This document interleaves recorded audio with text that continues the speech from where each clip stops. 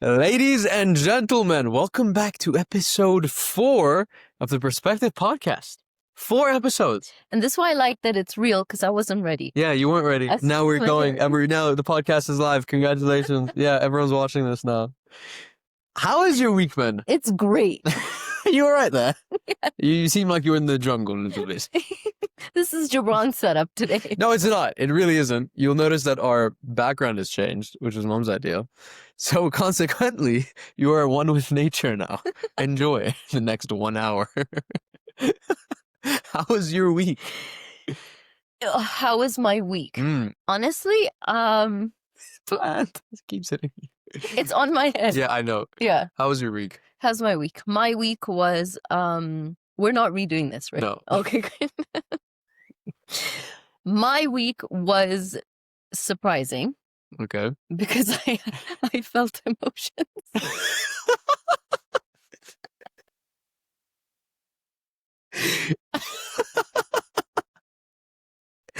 My week was the same.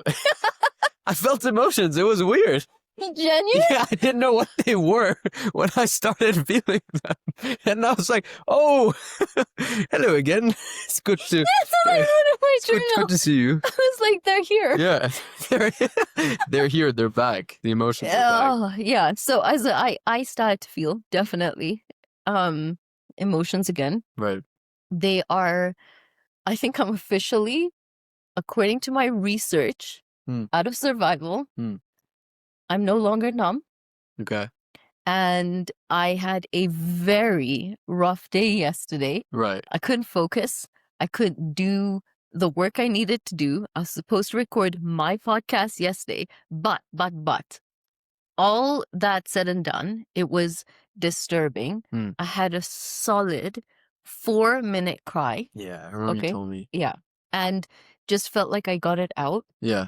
And then after that, I did a breathing, and as silly as it's going to sound, I think 7 minutes after stopping in my day, having the cry. 7 minutes after what? 7 minutes after getting that cry out. Yeah. I felt better. You felt at peace? Yes. Yeah. Yes. So I wasn't avoiding. I was very aware. Yeah. There's an uncomfortable feeling. I'm starting to feel something. What am I feeling? I was conscious that I was trying to distract, to numb, to do my work, but I couldn't focus on getting it done. And then I, at some point, just sat on my desk and I asked myself, what am I feeling? I pulled out my journal. I started to journal. I did half a paragraph. That was it. Had a solid, good cry. I'm so proud of you. Yeah. Got it out. Yeah. Allow it to pass. And then I felt so much better. But I also noticed that I was starting to feel a bit angry. Okay. That was new. I was feeling sad. I went into a bit of a pity party, maybe for about 20 minutes. And then I quickly remembered my vibrations with Joe Dispenza. No, really, I'm so protective of it. Yeah. Then I moved back into the energy I needed to be with. But that, not in a toxic way, not in a, oh, I'm feeling emotion. I gotta, I feel better right now. No, it was, okay, we're part of, so whatever I'm rambling, what I'm trying to say is I started to watch video after video after video on how do you heal through heartbreak, how do you overcome separation. I started to see the scientific Andrew Huberman way of dealing with it. I started to see the Mel Robbins perspective, everyone's perspective. And everyone's what? Perspective. Interesting. Yeah. And then I came down to my perspective. Well, enlighten us. I'd love to hear your perspective. My perspective was, it's not as easy as people tell you and give you advice if they are not going through it. Because I pulled out Google. Why are you making so many things? Why are you saying so many things that make sense? I swear to God, I pulled out Google and I typed into Google. Yeah. How do you heal through a separation and heartbreak, not from a normal heartbreak relationship? This is how I talked to Google. That was your Google search? Yes, but when the relationship was tumultuous and emotionally abusive, and I got a list of how to heal. I swear to God, I was scrolling through that list going, no, It just doesn't. No, What was it? What were kind of what absolutely. were some of the techniques I was telling you? Sit with your feelings and journal it. Go for a run. Go for exercise. Revenge body fitness weight loss. Yeah. I'm just thinking, no, I'm not. I'm struggling to go brush my teeth. Yeah. No, I can brush my teeth. but- Okay. No, I mean, okay. I brush my teeth too. All right. But Yeah. how was, all in all, I'm so glad. Let me just say one thing. I'm so glad, Gibran. I rather feel this today Right. than have to deal with this in February because I avoided this one today, this one yesterday. Yeah. Because whatever will come up in February will be a newer, more embraced version of everything and pain and healing and all of that. But I'm so glad I'm not avoiding. And that being said, I didn't want to meet anyone because you weren't home yesterday. Yeah. So I sat in absolute discomfort. I switched from show to show to show on Netflix, Trying to distract yourself. trying to distract until I Yeah. did find a really good one. Yeah. But then I was in a better headspace to watch Yeah. it. Yeah. Afterwards. Yes. That's so interesting. How's your week? I really think that's so interesting. And I think part of me wants to ask you a little bit about attachment styles. Because like you said, Yeah. something that's been resonating with me recently is there's this hard balance when it comes to feeling emotions from trauma that you've been through. And the hard balance is simply that, do I feel it now so that I don't have to feel it later, but then having to feel the pain now? You know, so on the one hand, you're feeling the pain now. You don't want to feel the pain now. And then you're battling knowing, I'd rather feel the pain now than feel it in Feb. Right. Or feel it in 20 years when I'm sitting with a therapist and she tells me that when I was 16, this happened. And I'm like, what? Because I feel like a lot of people think when they go into therapy that, like everyone is shocked that it has something to do with your childhood. But if you really think about it, if you stop and you think like when you were a kid or if you're still a kid, if there's something traumatic that happened with a parent, with some key relationship in your life, have you ever healed it? Like, didn't you just continue living? Right. So naturally, when you're 25 and you're sitting with a therapist or 45. Or actually in a relationship. Yeah. Because and that's they your tell biggest you mirror. that, hey, this all stems from when you were 7. And I think like there's this stigma that like, it always boils down to your childhood, but it really does. Yeah. Because I think so much is unhealed. So I've been feeling the same thing, right? Are you avoiding though, or have you just not had the time to feel, or are you feeling? Which one? So I was avoiding feeling, and I didn't have the time to feel up Okay. until this last week. Okay. And then around midweek, I felt. And so now it's kind of a balance between avoiding feeling, knowing that I shouldn't avoid, so pushing myself to feel, but then also not having the time to feel. So in the little pockets, then being like, wait, do I want to feel right now or do I want to have a chilled wind down evening? So kind of just balancing the emotions. Because I think after like a really long day, because initially what was happening is it would just come and hit me like at points in the day. But are you balancing the emotions? I don't think so. Right. I think I'm just avoiding, and I think I'm just numb. So I think I don't think I'm leaving the numbness. I think I had a moment of emotion. Okay. This week. Okay. I sat down and I just journaled extensively. Yeah. Actually, not very extensively. Was this the day you were journaling at 5 or 3 at 5 in the morning? Yeah. Okay. So I think a way that you can tell you're going through something is, I think, understanding abnormal behavior. That's one thing I've started to notice. What do you mean abnormal? So instead of reaching the point where I'm absolutely destroyed or distraught and in a wreck, and then being like, oh, hey, I'm not so okay, I'm kind of trying to learn my own metrics and signs and signals before I have to get there. Right. So one of them for me was just absolute insomnia. Like earlier this week, like, I mean, I'm usually in bed by latest midnight, latest. You mean you're in sofa? Yeah, I'm knocking out. My brain is in a different realm by some point at midnight. Yeah. And earlier this week, which is funny, I had slept 3 hours the night before. So I was assuming I'm going to be absolutely exhausted, only to find myself awake at 5 in the morning. And at about 1, I knew it was going to be a long night. So I literally journaled and kind of let a little bit out. And I feel like because I haven't been journaling, I let out maybe 6% of what needed to come out. But on a day where I would constantly and consecutively journaling, it was like 80%. But because there's so much backlog, it was like 7%. And then I still couldn't sleep. And my head was just running and it was spinning. And eventually I just started listening to some music. And to be honest, I think I really needed to cry, but it just wasn't happening. No, it was frustrating. Like, it just wasn't You happening. need the right Noah Khan song. Yeah, no, I was listening to all of them. Okay. Just nothing was happening. Then come to my playlist. Yeah. You'll cry out of the sheer, what the hell are you listening to? And so that's been my week. And then another metric for me is sugar or unhealthy eating. And about 2 days ago, all of a sudden, it was okay to have a double scoop of ice cream.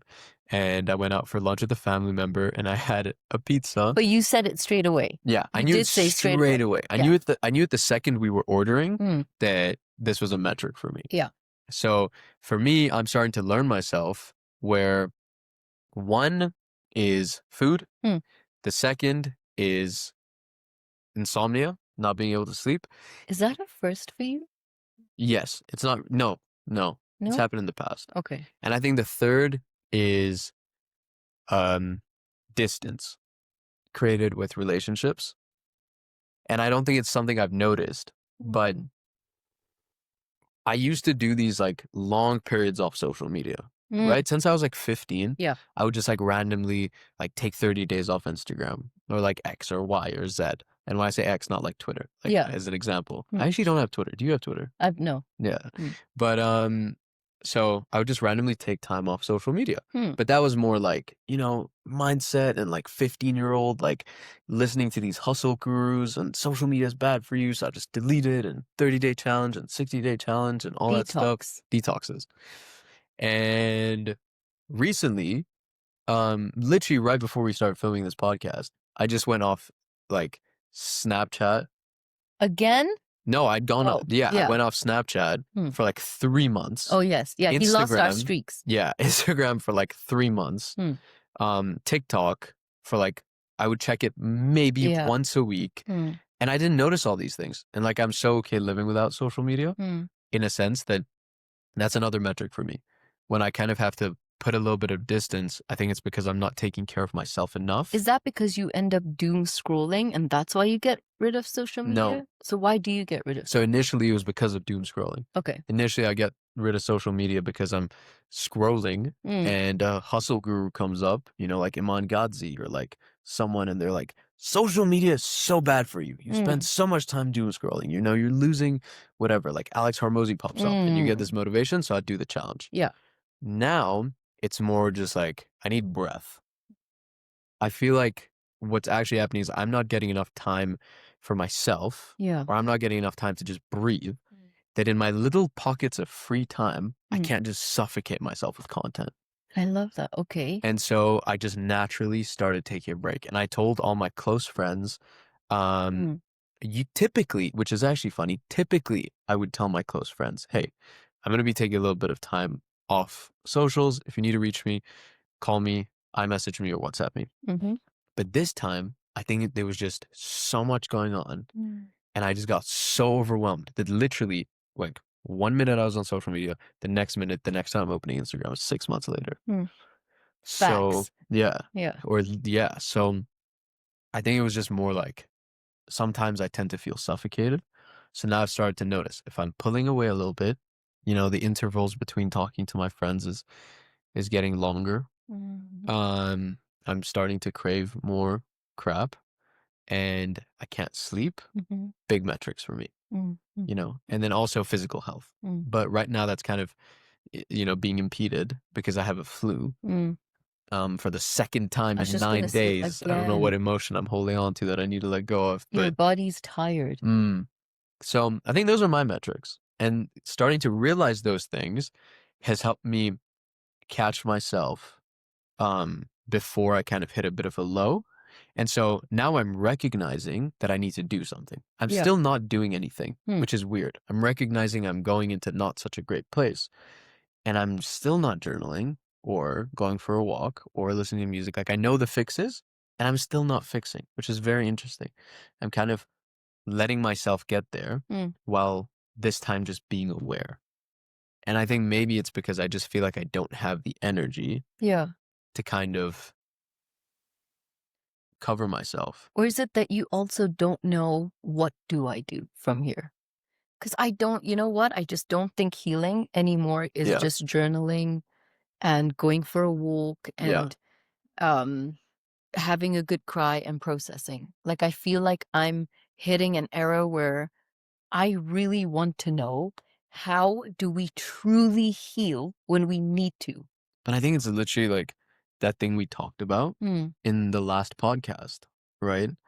And that's so interesting that we can record the episode and sometimes we just forget. Yeah. But I think what's helped me is also kind of realizing what we talked about, Yeah. which is like if healing is a mountain, Mm.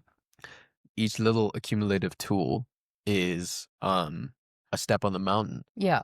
but it's all relevant, right? Yeah. So for you, it might be one step, might be a 20K run.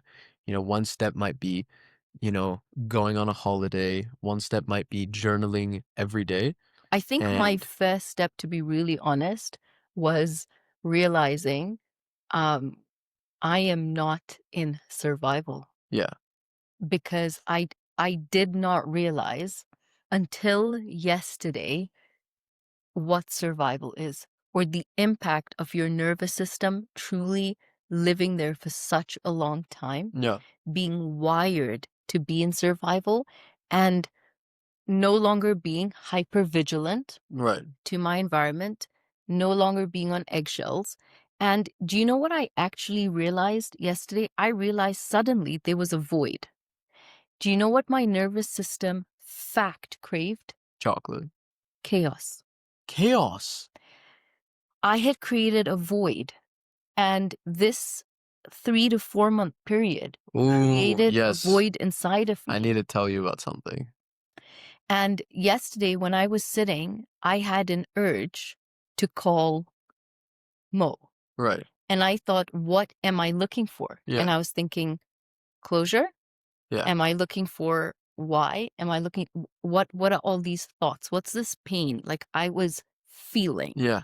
And I realized, oh my God, I'm in rehab. Like that I you're in a am calm situation. detoxing Yeah. from an addiction where my nervous system So used to before toxicity. and chaos and would be absorbed with, when there was a gap, it would be dealing with chaos. And Yeah. suddenly there was a void, and there's a beautiful void in my life Of peace. of peace. And I realized, oh my Lord, like if I can get through this cycle on my own, I am out of the pattern and cycle of being sucked back into something Yeah. where the same person that puts you on fire is the Right. same person that puts the blanket on you, Yeah. right? And so there's no more fire, but I am putting the blanket on myself. Yeah. And I'm like, oh my gosh, I've created a void. I was addicted to the highs and lows of something for a long time. Yeah. The It's like same an part of actual my addiction. brain that resonates with heroin or cocaine. And suddenly you're not in survival, Yeah. and your brain is going, I need a high. Fix. Where's And it's a new high. Yeah. What is the high? What is though? the new high? That is the most honest, raw, That is so interesting. purest thing I could But say. do you think that you now feel a new high? Like, do you think you replace the toxicity with physical activity, a show, journaling, calling a friend? Or do you think like it's something that happens naturally over time? Do you think filling that void is something intentional, or do you think it happens? So that was part of, like, I spent the entire, I would say, up until now, most of the morning researching, Okay. just scientifically, just from other Yeah. people that have gone through stuff. What did it say? It was pretty amazing because I couldn't resonate to anything it was giving me. Yeah. It didn't feel like advice that was sitting with where I am. A lot of breakup advice was, you must be sitting there blaming yourself for what you did. And I was like, I can't relate. Jay Yeah. Shetty had an amazing podcast, I think, for people who have been dumped. Okay. And I was sitting there thinking, okay, what is the advice for people that have walked away from such a hard situation? I'm not sitting here With taking, strength. I'm not taking myself on a guilt trip for doing Yeah. that. If anything, doing it took strength and courage. Right. And the other thing I also realized, the small gap chips, was we haven't been running. Yeah. And I can see the Yeah. side effects. There's no physical outlet. Because and yeah. dopamine and, a good serotonin being released. Because I think honestly is whether you realize it or not, yeah. when you get out and you do physical activity, right? When you think about it as energy, frequency, vibration, you're physically letting Yeah. out stress. You Yeah. go hit a punching bag, if you go lift a weight, like that is physical movement and you're just releasing energy. But to go back to what you said about the void, I'm going to pivot the conversation. Okay. And this is something I discovered by myself while again, just paying attention to myself. Okay. Because I think one of the most powerful things you can do is literally just pay attention to yourself. Hold a mirror, just look at it. Don't think, don't do anything, just observe. And I think that can help you lead your life a little bit better, catch your mistakes a little bit better by just being brutally honest, whether it's your phone, picking it up, holding the selfie camera, or just looking in a mirror. And to go in a bit of a rabbit hole before I get to my point, there's an Abbott app I have. There's an Abbott app. There's a rabbit a habit app. That's been happening a lot, by the way. I've been switching like a lot, but there's a habit app, and there's a habit app. No, that word the words feel weird now. It's like a rabbit app. There's a habit app that I have, and one of the things I did for a really long time, for maybe a month, was 2 minutes of reflection in the mirror. And I would stand in the mirror, put on a timer, and just look at myself. And either A, reevaluate and be like, okay, whoa, I need to be kinder to this guy. This guy's trying. Like, give him a pat on the back. Or honestly look at myself and be like, wait, I think you're making a mistake here. I think you can handle this better like that. And so it was kind of like a bit of me time. And you really don't realize how long those 2 minutes are. Yeah. It's like holding a 2-minute plank. So that's something I would do. And again, that's just what I'm saying, the power of introspection. That's honestly a really interesting exercise. Try it. Go set a 2-minute timer, look in a mirror, and don't be hard on yourself. Don't be easy on yourself. Just observe. Yeah. What comes to mind? Do you know what I mean? That's very. And from that observation, you can probably also tell a lot about yourself. From that initial observation, you probably, look at yourself and beat yourself down. And then you need to know, okay, we need to work the other way. Or maybe you're flaring yourself up a bit too much. We just need to take it down a notch. Or you're distracted. Yeah. You get to see how distracted you are. Yeah. Because you're never looking at you from the outside. But you know what, Chips? Do you? Because I realize your Wait, generation. I was making a point. Oh, right. Yeah, go ahead. I'm sorry. I went down a rabbit hole. Right. Oh, okay. The rabbit hap. So we finished the rabbit hap. We're done with the Abbott hap. Abbott hap. And so the main point I was making is something I noticed through exercises like that was with my fitness. It's the same thing like the void you said. Okay. I was quite chunky. I was 25 kg heavier than I am now. And I was a little rounder, a little more of a double stuff Oreo. Stop saying that. I was, though. I can't be your mom and listen to you put yourself down. I was, though. I was. And what I noticed is throughout this weight loss journey, throughout this body transformation, it has taken incredibly long, to the point where sometimes I will literally look at myself and be like, people are doing this in 30 to 60 days, right? 30, 60, 90 days. How, 2 years? And I've made, decent progress. Like, what's happening? And I realized it has nothing to do with fitness. It is completely emotional.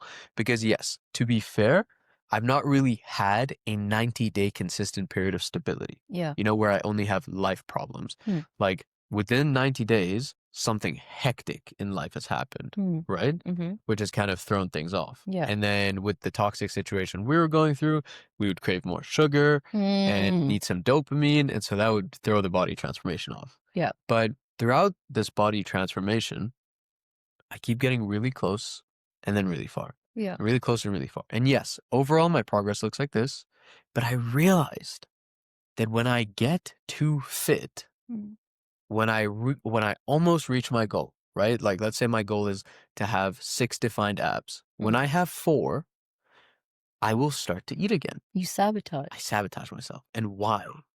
Because I only know myself to be the fat kid trying to lose weight. Ooh, identity. Yeah.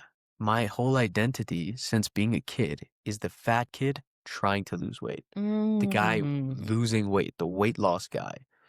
So when I'm getting to a stage where I'm about to not have any more weight to lose, what do I do? Like, huh? So I start eating again.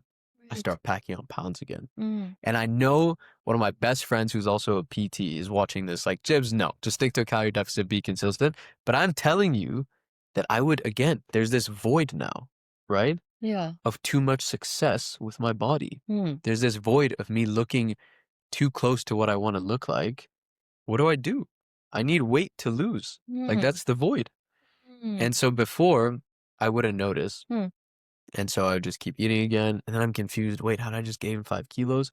But then all of a sudden, that's where I work best, And I'm like, oh, I'm going to smash this. And then you do. And then I do.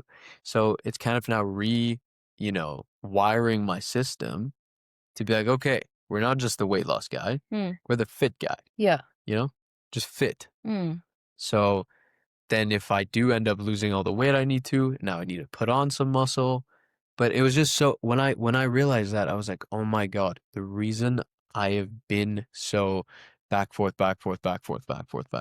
even though, yes, we started here, we ended here, but the reason it couldn't just be, little setbacks, because I'm doing it to myself.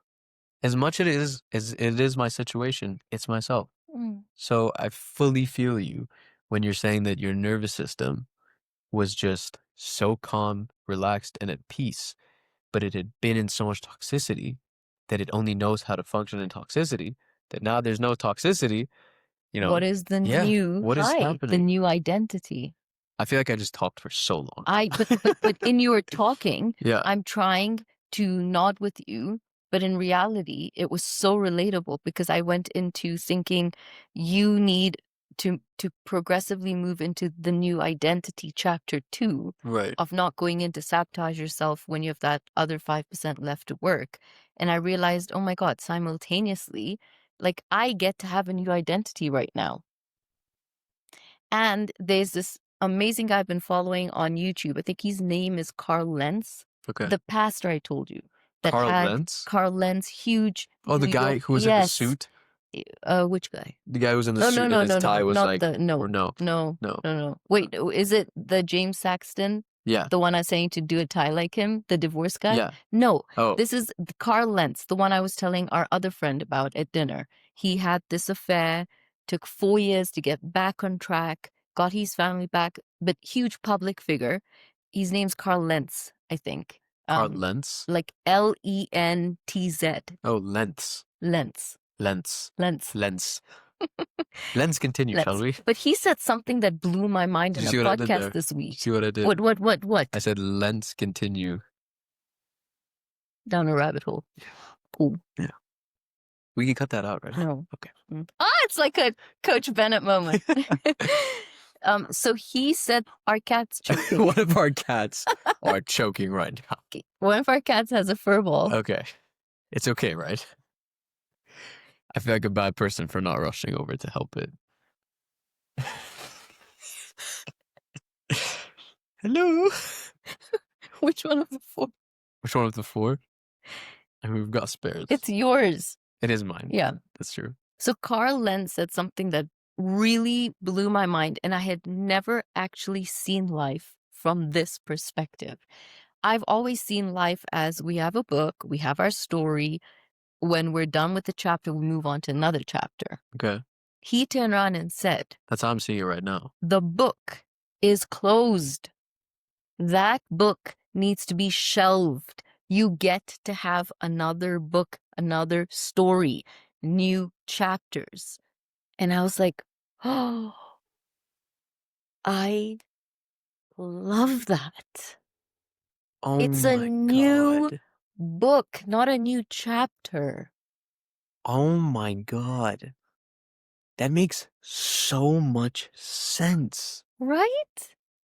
That also feels so liberating. Yes. It feels like a deep breath of fresh air. Yeah. Now it's not a chapter's closing and, you're taking some part of the Mm, story to move on because like when you're reading a book, you move from chapter to chapter, you still have to have some information from the, right. but here it's just fresh. It can just be So, fresh. so new identity, I actually love that. new book, That new sounds way so of simple, dealing but with that's stuff. so profound. And if you think about a new book, if you're starting and you choose that, you know what, I'm signing off on the old book and I have a new book, that means you have a new void. And if you choose to have a new Mm, void, you choose to have a new character mm, with a new identity that can approach this brand new chapter of your life. But it's so powerful when you approach a brand new chapter mm. in your life with a whole new perspective on putting to bed certain cycles you were in. And I think it takes explicit honesty Okay. to be able to share where you were, how you worked, what you're reaching out for again, Yeah. and cutting that and going cold turkey with that. Do you want to know something interesting? Hmm. It's piggybacking off that. Hmm. I used to lie to myself in my journal. Really? Yeah, I used to, when I initially started journaling, I would lie to myself. And say what?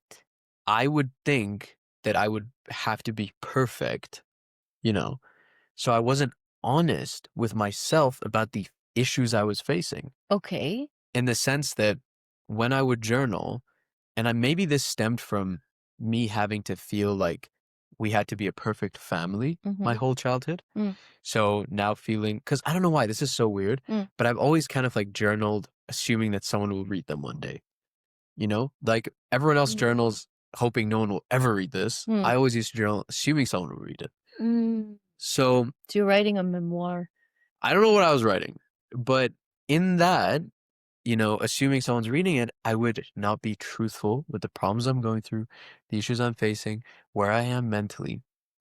And I'm on like my 5th journal now. Mm. And I think it was the 3rd one at some point where I was just like, no, I'm just going to write down everything so honestly from now. Because that's your space to Yeah, do it. exactly.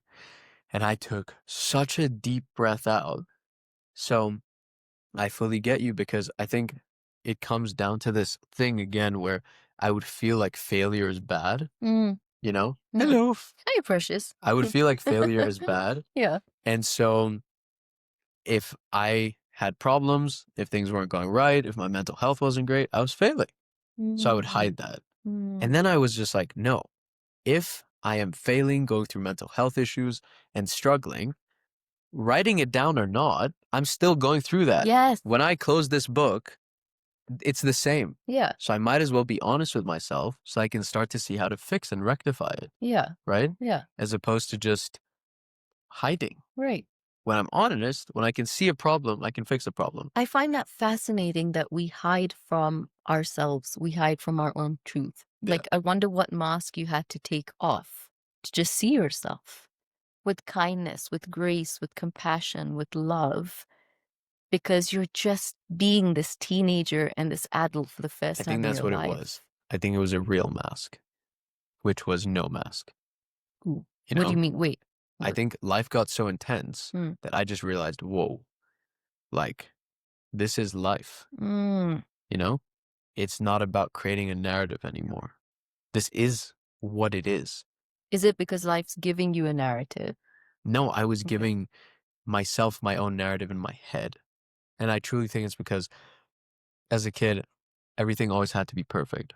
In the sense that like if you guys were arguing or fighting, and a guest walks in the door, best family ever, Mm, you know? mm, Or mm, huge, big, crazy fights. mm, And then we go on holiday. And mm, it's like, okay, like everyone's so happy. Or you have a huge fight in the hotel room. mm. And then we go out into the car or meet the general manager on the way down. But I was It's still a like so happy. sulker. Yeah.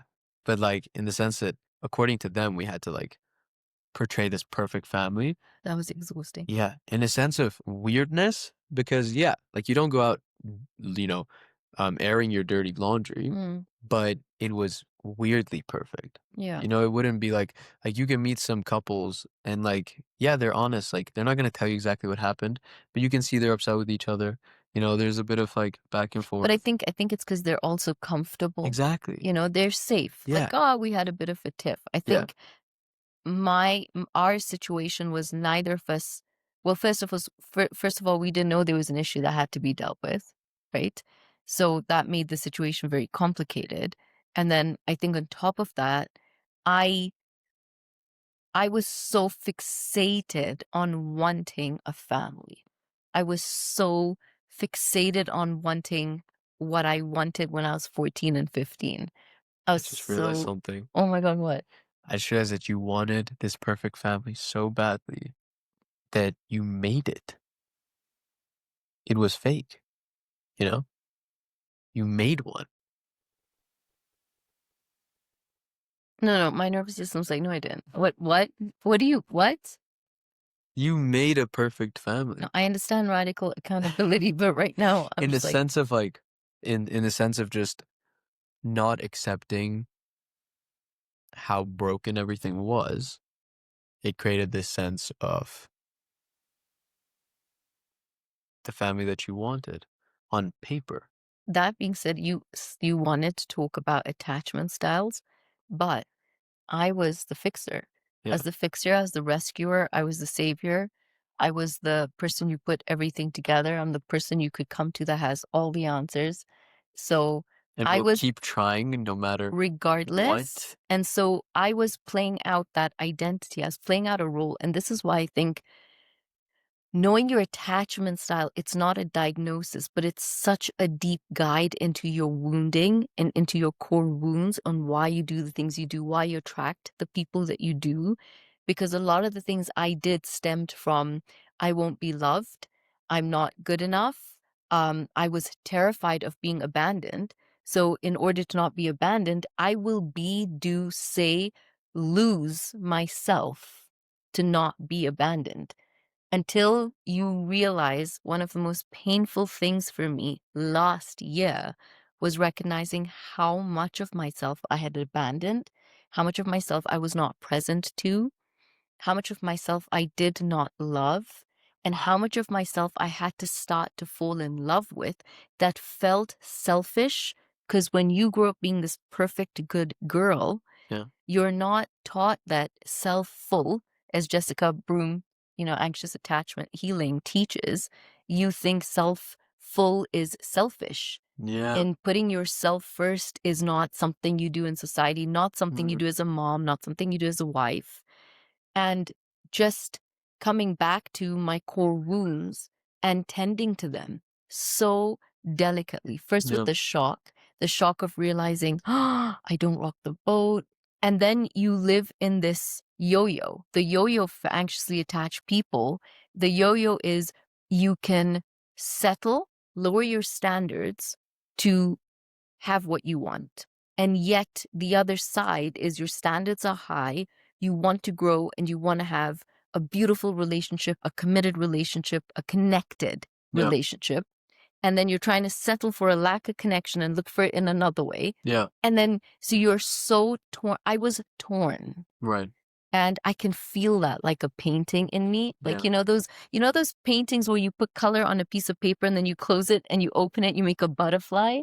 Right. Wait, stop. What? I was just going to say that you being torn wasn't being torn. It was a cocoon opening. You were transforming. You thinking you're being torn was a transformation between yourself, the perfect one that always had to be perfect, and your real one that was authentically there for yourself. So you weren't being torn. Yeah. Your cocoon was ripping apart, Oh, right? Like James, I love when that. caterpillars become butterflies, they have to tear open, right? So that's all that was happening. You weren't losing yourself. You're just finding yourself even more, Gibran, I you know? love that. I'm also trying to think Oh if my God, I love that. this was the cat that was choking earlier. It wasn't. I'm It wasn't. certain it was yours. Okay, you're right, buddy. But you see, in that being said, I grew up with a very big anxious attachment wound. You have a tinge of anxious attachment.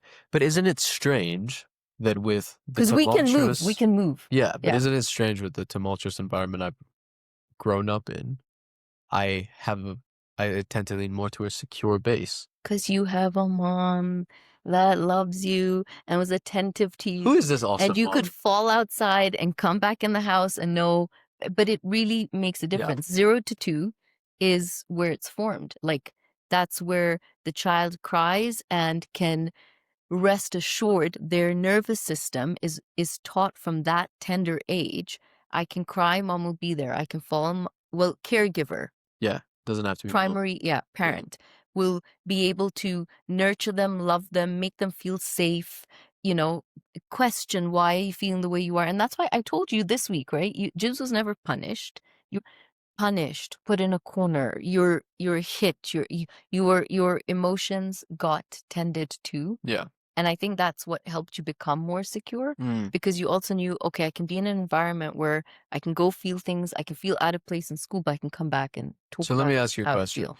So do you think unconditional love from a caregiver to a child is the number one or foundational quality that is necessary for that child to develop a secure attachment style? Do you think it's just literally boils down to unconditional love?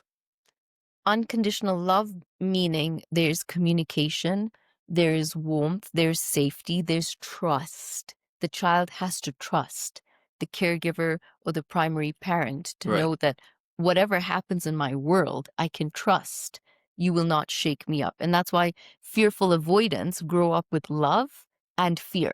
That's why they have trust issues, because the same person that loves them is the same person that instills fear in the nervous system. Right. That's why they have a hard time in relationships. Right. Whereas anxiously attached people That's not grow gonna up, matter.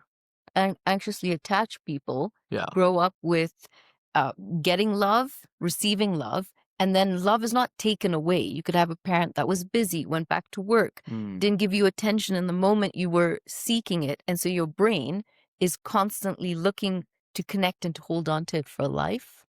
Or the other way of being an avoidant and I don't need it.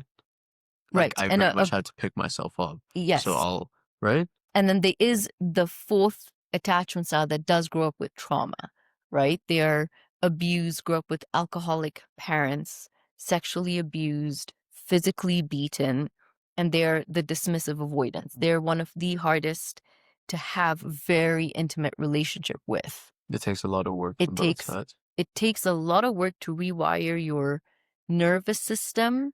Sure. To be able to feel safe. But the most interesting thing I learned in my experience as well is it's taking the spotlight and the focus of trying to get someone else to heal or be something so that you can finally take a breath out. And that's what I spent a lot of time doing. That if this person heals, if this person gets to this place, then I will have the relationship of my dreams. But how can I have the relationship of my dreams when you're not authentically yourself? And I don't know how to love myself better? Where can people go watch Love Better? On my podcast. I have another interesting pivot. Okay. Someone messaged us. Yeah. And asked about self-confidence. And while we're talking about attachment styles, to me, what it sounds like is when you're describing yourself, if you were to pause and play that back again, of how you had to completely lose yourself to be a lovable version, right? To me, that sounds like a lack of self-confidence. Yes. You don't believe in who you are enough and that you are enough to be like, I don't need to change. You know, I am me. Yeah.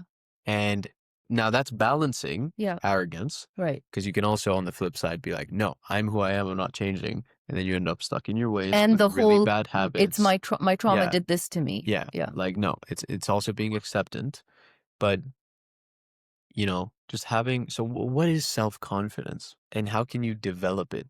What is self-confidence to you? I'm interested in You're your interesting. perspective. I'm interesting. I'm interesting. Okay. I'm- So you have self-confidence. Good. yeah, I'm Yeah. interested in your perspective as well. But my experience of self-confidence, I would say it has shocked me, but it's taken me to get to 39 to have self-confidence.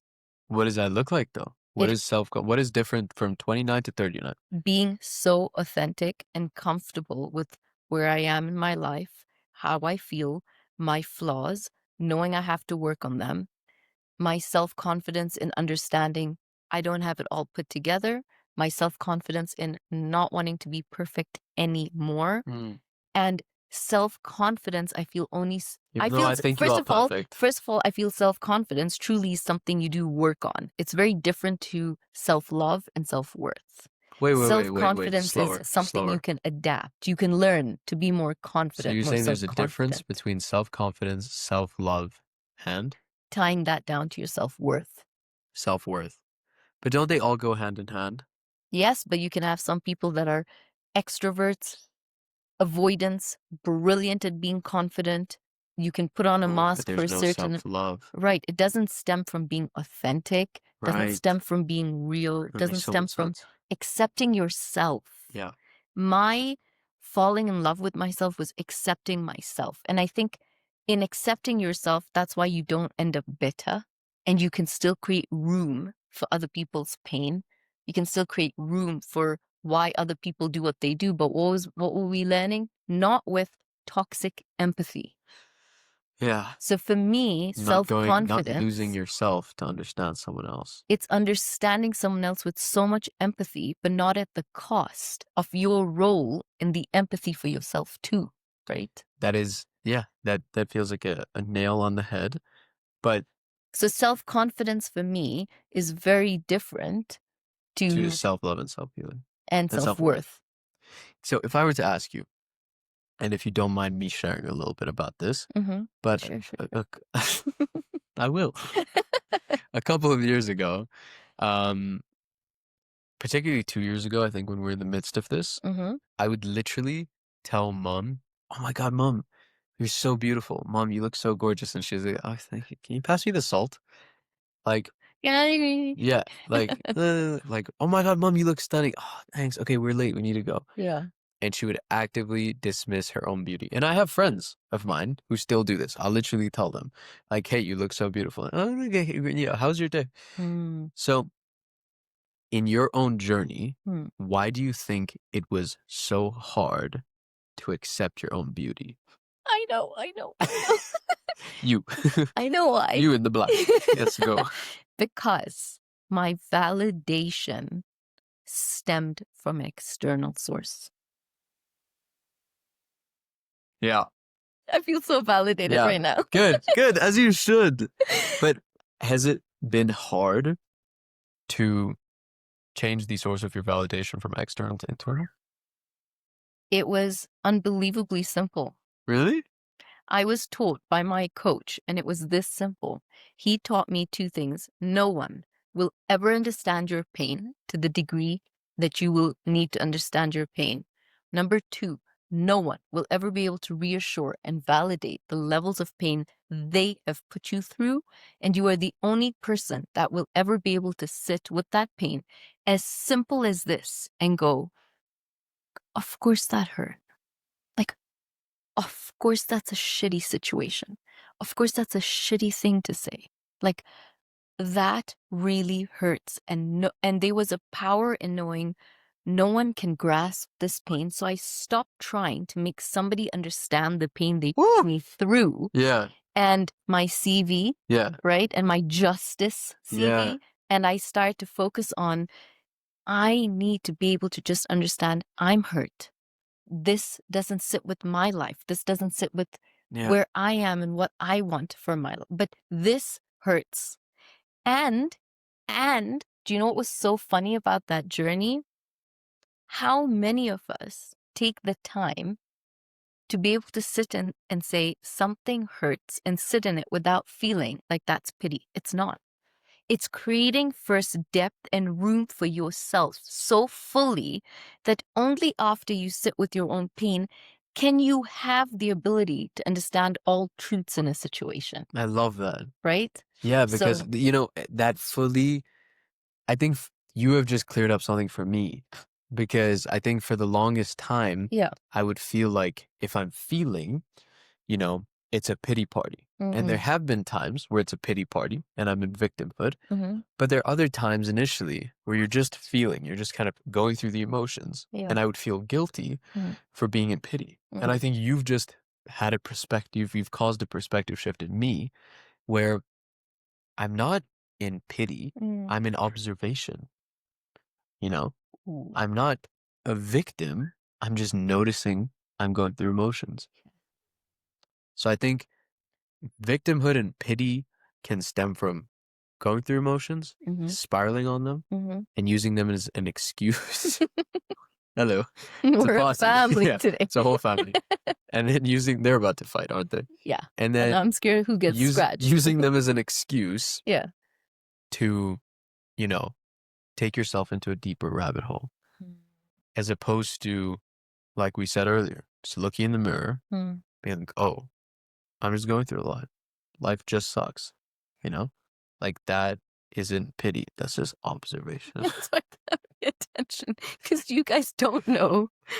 One of us could get scratched right now. At any moment. And it The hurts. dynamic between these two is quite She's the feistiest cat in the world. Okay. There we go. Okay, it's There we starting. go. It's starting. It's starting. All right, everyone deserves right. love, unconditional love for everyone. We're all safe. Okay, no avoidant. And if you're listening to the podcast, the cat left and the other one, made room Highly for herself. anxious. This one is Yes. highly anxious. No, she's secure. Is she? She's feistily secure. She gets what she wants. But so I was gonna Excellent. ask you, why? I honestly think the part where you're explaining the shift you had Yeah. to understand the shift you had between taking your validation from external to internal Yeah. is something more people and more women in particular need to rewind and just listen to again. You know, just I think so many people, and I'm going to say people, just don't understand how beautiful they are. You know, whether it be characteristic and attribute physically. And I guess it's that thing that I don't know what the statistic is. It's like 40 or 60%. And it's like you view yourself 40% more ugly or 60% more ugly than other people do or something like that. Mm-hmm. So it's just about, I think that is, if there's one tool I think people could leave this episode with, it is honestly what you just said, taking your self-validation from external to internal. I think that is so powerful. So the question we had was from a mom, and she says that she has 2 teenage boys, and she wants to know how can she help them with their self-confidence and self-esteem, because she didn't feel she had any herself. And before I really want to ask you, but before I say that, I really want to say something so important, because we have Gen Zs listening as well.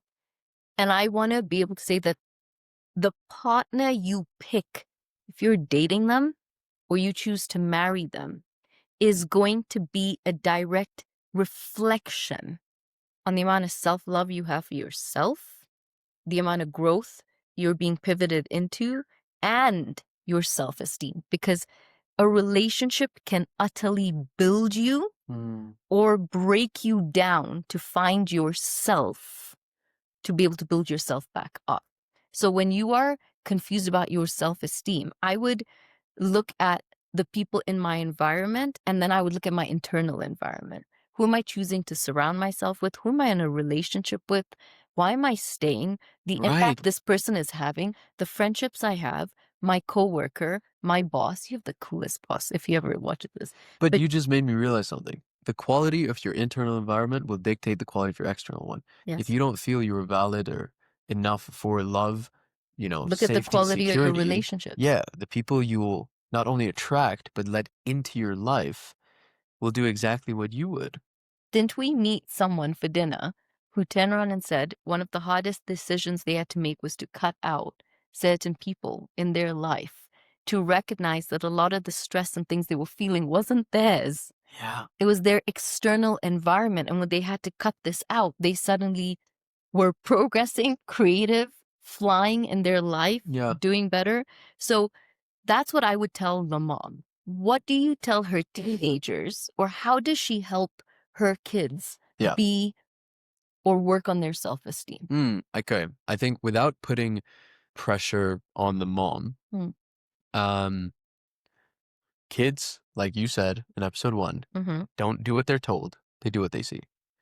And so But then I had low self-esteem. that's what I was just thinking. I saw you with low self-esteem, and do I have high self-esteem? You have parts of low self-esteem I too. do. Yes, you do. I do. Yeah. But would you say I'm typically a confident person? Do you think my self-confidence is high? I think your self-confidence is high, and I also think your self-confidence is authentic because you don't go out to hurt people with your confidence.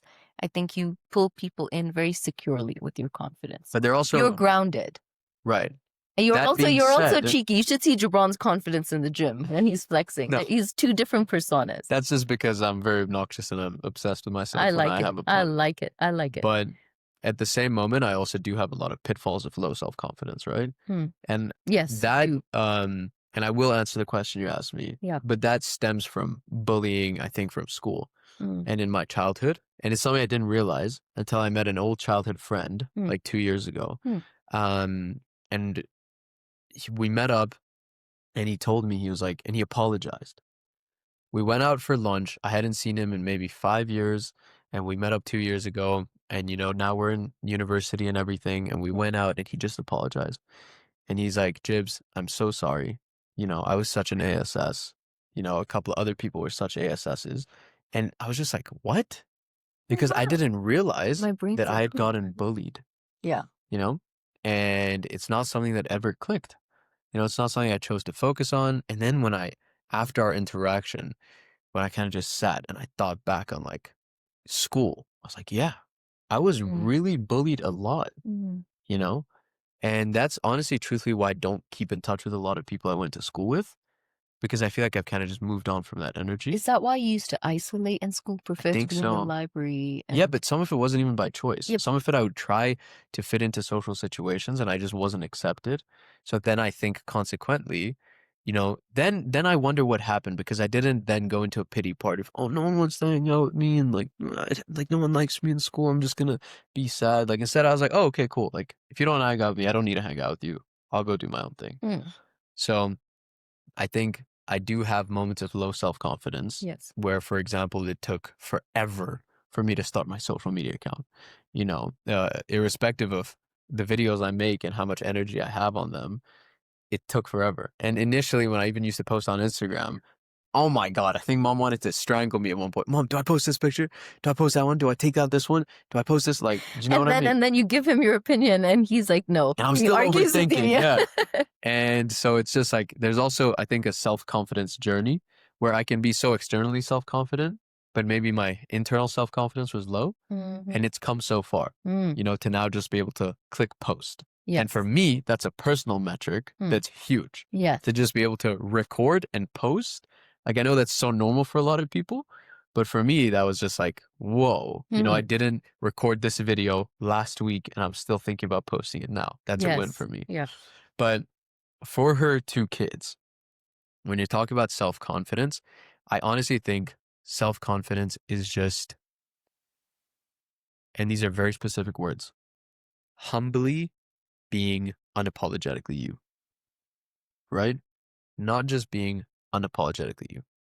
Being unapologetically you with humility. And what that means is, be yourself and don't care what anyone thinks. But be open to the fact that you could be making a mistake and you might have to reevaluate and tweak things that are going on. And so the humility avoids arrogance, but being unapologetic gives you self-confidence. Because it's also about realizing, and it's a little different lessons I've learned throughout the years. Yeah. No one cares about you. Like everyone is so I was scrolling on TikTok one day, this video popped up and it was like, no one cares about you. Everyone cares about what you think about them. And Yeah. I was just like, mental clarity. Yeah. I don't care about, I care about what you think about me. Yes. And so when I stopped caring about what you think about me, life was just so liberating. Because as a kid, I think I had quite self-high confidence. What is up with the words today? As a kid, I think I had quite good self-confidence. Yes, you did. In terms of like external metrics, like public speaking, or, the level of extrovertedness, or I wasn't really shy from people. Yeah. And maybe that's the metric she's talking about for her 2 kids. But I'm talking about an internal metric, and you only get the external one by fixing the internal one. Yes. Because if you think about it, like, hello, she's in my elbow. If you think about it, like 2 pieces of paper, Right. okay? Internal validation, external validation. Right. And everything you draw on the internal automatically draws on the external. Right. That is, I think, how self-confidence works. Everyone is trying to fix their external self-confidence, how they're perceived with other people, their boundaries with other people, what they will accept and won't accept with other people. But switch to the other page. What boundaries do you have with yourself? What are you willing to accept and not accept with yourself? Because when you start to draw that, it automatically duplicates onto the external. Right. So when you fix your internal, when you say, these are the boundaries for myself, this is what I'm not willing to tolerate. This is what I will tolerate. I need to be easier on myself here. I need to be, a certain level of firmness there. It automatically duplicates. And all of a sudden, when I have boundaries of respect myself, you will have boundaries of respect with me without me ever having to set a boundary with you. Correct. Do you understand what that, like, does that make sense? 120%. Because I'm having like aha moments. So I can only imagine the Because if perspective I gang respect, is having perspective family that's listening. I hope you guys are having the same I think it's just like, epiphanies. if I respect myself, how could you not respect me? And if you don't respect me, I respect myself too much to worry about keeping you in my life. Yeah. That's okay. So what is self-confidence to you? How do you grow self-confidence? How do you work on self-confidence as a person, as someone who's been a teenager, you've just turned 21? Yeah. Oh, yeah. I think there's multiple approaches. There's literal approaches with practical things you can do, like actual things you can do. And then there's also mindset shift. So would you tell her kids to go do what you used to do? So where you that's go that's what I'm getting and- into. There's 2 approaches. One is with practical tips. Yeah. One is with mental shifts. And the practical tips lead to mental shifts, but they're separate. Okay. Right? So doing these practical things will have an effect on your mentality and will grow your self-confidence, but you can also grow your self-confidence without having to do these things. Right. Okay. For example, one of my best friends and I, we would, for a period of our lives, actively go and put ourselves in uncomfortable situations. Correct. We would go And to actively put me in uncomfortable situations too, because I was with them. Yeah, like we would just, if we were out and about, we would just go talk to people, meet people. And I say that making it sound easy because I enjoy doing that now. And I think for me, it always was. But for my best friend, he struggled with self-confidence a lot. Yeah, and I miss you and I love you so much, buddy. Me too. But for him, it was like so much bigger, And he is probably one of the most self-confident people I know in my life. And so handsome. And, for him, it was like a little more active. For me, it was a little more passive. But his growth and self-confidence also helped me. Yes. Me watching him put himself in uncomfortable situations helped me grow my, self-confidence. Yeah. And he would go and actively embarrass himself, actively practice rejection therapy, whether it be romantically or just in society. Yeah. Like I remember there was this one TikTok I saw and I taught you the lesson where the next time you're in a coffee shop and you're getting a cup of coffee, out loud, just go, "Hey, can I have a discount?" And Jules has done that. Really. And it's just being okay with being embarrassed enough to have a no. I wasn't okay with being embarrassed. But I mean, hey, sometimes you get the discount. It's great, right? But different things. Like once my best friend and I, we went to one of the largest shopping malls in our city, with towels. only wearing towels, like bath towels Facts. and hats, you know? I have a photo of that. I Yeah. need to look for that and see if I can actually put that up in this episode. And so it was just, just not caring. So they are the practical aspects of that. Right. Literally going out and embarrassing yourself. And I put quotations because you can never embarrass yourself. If you're so unapologetically you don't embarrass yourself. Yeah. Because you don't care what other people think. Hmm. So there are things like that, right? Just going, whether it be if you have low self-confidence with girls, which I don't think is something I really struggled with, but just going and talking to as many girls as possible and just getting as many no's as possible. I know friends who have done that, and it's just put them in a place where, it's not an issue that they have anymore. But also is really important because when you listen to some of these experts on these podcasts, they talk about how your generation's dwindling on learning what rejection really is. Yeah. Because your generation now doesn't really face that much rejection anymore. Right. Your generation's on dating apps. Your generation's not really going out there. Your generation is self-pleasing, pornography inside, So you're not facing real rejection like boomers faced or some millennials faced in the beginning, where they had to put themselves. You wanted a date, you go out and you get yourself a date. You're not swiping 2 million times. And the thing with that is, no. Right. Okay. All right. All right. Precious. There we Okay, go. thank you. If you're listening, that's the cat. Yeah. So the entire podcast. Right. Yeah. But, it talks about the fact that when you swipe or people swipe past you, you don't deal with rejection because you don't know you got rejected. I think that's the thing, though. Like you said, my generation deals with the least rejection ever. Yes. But my generation also unknowingly experiences the most rejection ever. How? Because now, before, like you said, I want a job, I print my CV, put on a nice suit, go sit in front of someone's face, and they say no. Correct. I experienced rejection.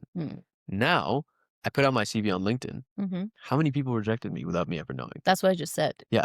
So we also, my generation unknowingly goes through more But you don't know you went through that. That's why I said it doesn't hurt. Yeah, but that's why I said unknowingly. So you just said what I said. No, you said that. What did I say? Just I will play it back. What you said? Yes. That my generation goes through less rejection.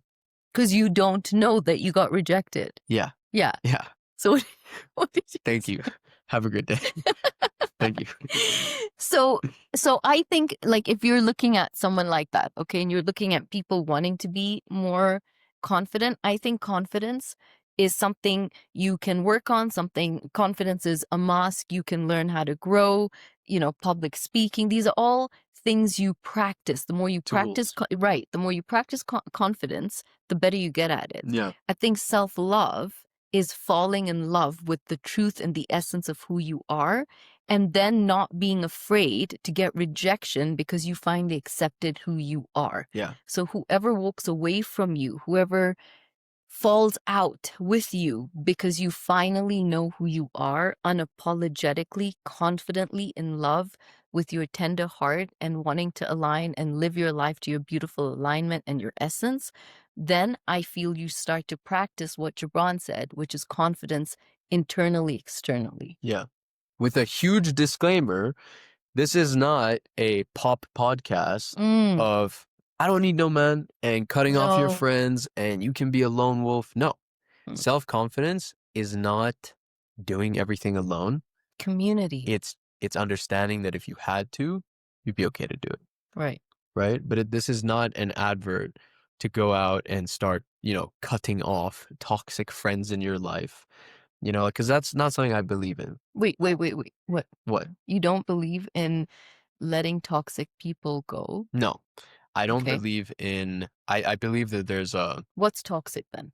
I believe that there's a protocol before you reach the cutoff point. And I just think my generation skips a lot of the checkpoints and we just go from the start of the board to pass, go and collect 200. I cut you off. I agree. And this is something I experienced with a friend extremely recently where we had a bit of conflict.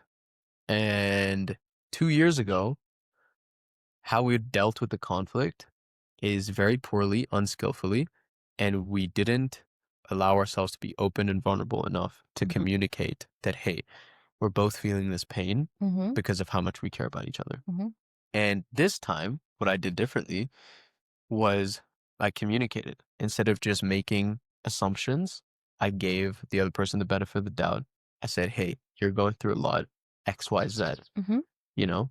So I think a lot of people in my generation, at the slightest first bit of conflict, whatever it may be, we put on this tough mask, cut people off.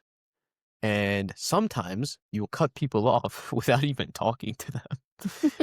You won't even give them the benefit of the doubt to hear them out. Right. Because there's a difference with cutting people off. So there's some people you need to have some conversations with and wire back to them. Yes. Okay, good. Yeah. And there's a difference with cutting people off after repetitive toxic behavior that's not changing. Yeah. And cutting people off because they invalidated your feelings, hurt you, but you, I'm sorry to say, didn't have the self-respect, self-confidence, and courage to confront them about it. That was Give them me. the benefit of the doubt and see if this is not a relationship that you want to fix. If it's something where, there's this boundary cross and you understand that this is just not behavior you want to tolerate, by all means, go ahead and cut off. But I would say first, there's benefit of the doubt that's necessary, especially if you have a lasting relationship, Yeah. You're probably wondering what just happened and why the podcast uninterruptedly cut. And that's because we just finished recording an extra 45 minutes on top of what you just heard. But unfortunately, we hit mute. I like how he's saying we. I hit mute. We hit mute. And the rest of the podcast is done in complete silence. So we are trying to recover it, and hopefully we can. It was my favorite podcast that we have done so far. I think it was absolutely beyond incredible. But that's our first rookie mistake. And that's okay. It's all part of the process of starting a new podcast. So don't sweat it. I'm completely sweating it. Don't sweat the small stuff because it's all small stuff. It's okay. How are we even supposed to end this podcast? This is how we end it. And the thing is, I was just telling Mom, right, because she's kind of beating herself up. And I was just saying, the reason we started this podcast is because we have so many of these conversations that we were like, hey, we need a platform. So we've had one before, we'll have more to come. But I hope you enjoyed watching what you were able to watch of the podcast so far. I cannot describe how incredible the last 45 minutes were. But thank you so much for watching episode 4 of our podcast. Thank you for coming along this journey from the literal day one of these mistakes.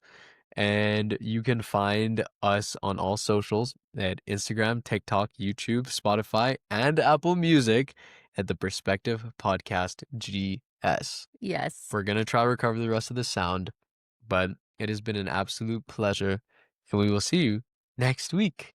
Hopefully for the entirety of the podcast, because now we have learned not to press the little mute button. I have nothing to give. But energy to end the podcast. I made a mistake and just completely fine. Yes. Mom is beating up herself. Mom is beating herself up. Because we both got off this episode and said, oh my God, that was a banger episode. It's okay. Right. Guess what? Yeah. Guess what? What? 45 minutes of our podcast got deleted. Oh my God. Whoa, wait. Is the world still spinning? No. Are people still living life? No. Yeah. It is fine. The cat is back. Life is literally just going on. You don't need to beat yourself up. Oh, it is completely okay. Fam, we have you next week and... Mom, it's fine. Yes. It's a mistake. It is a mistake. There you go. Did you press mute on purpose? No. There you go. Yeah. But anyway, I'm going to try recover this. And thank you for listening to week 4. And everyone go tell Mom that it's okay, that she muted it. And we will see you at week 5. Bye.